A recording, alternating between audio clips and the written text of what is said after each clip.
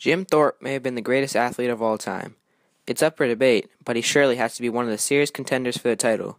He competed in over 15 Olympic events, won gold medals in both the decathlon and the pentathlon, and played 2 professional sports as well as college football.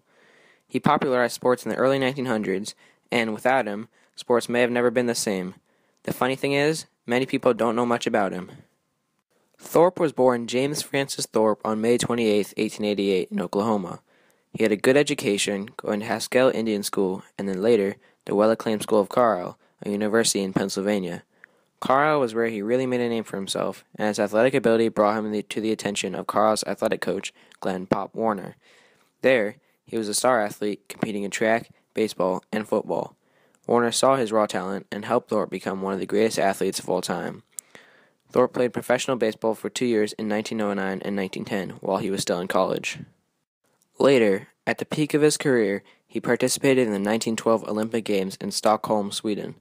After shattering records and winning gold medals in the pentathlon and the decathlon, winning almost all of the events, the King of Sweden called him the greatest athlete of all time, to which Thorpe famously responded, "Thanks, King." However, he was quite unfairly stripped of his medals, as he was not an amateur athlete, meaning he wasn't technically allowed to participate in the Olympics.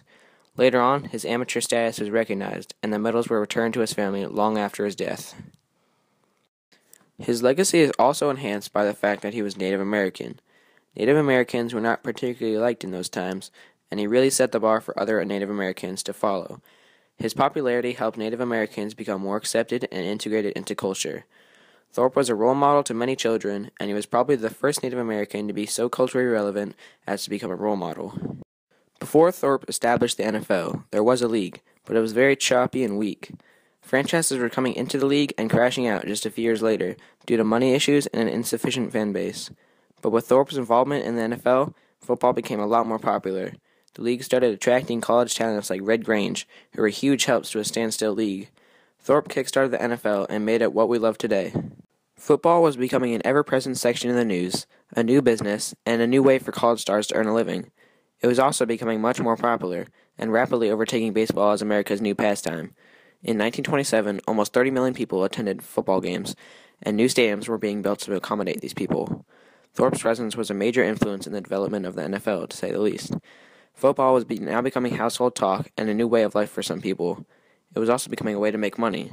People started to invest in teams, buying teams, and making money from it. The players' wages were also increasing.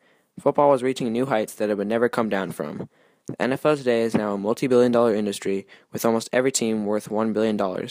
More than 100 million people watch the Super Bowl every year in the United States. Thorpe was a revolutionary athlete.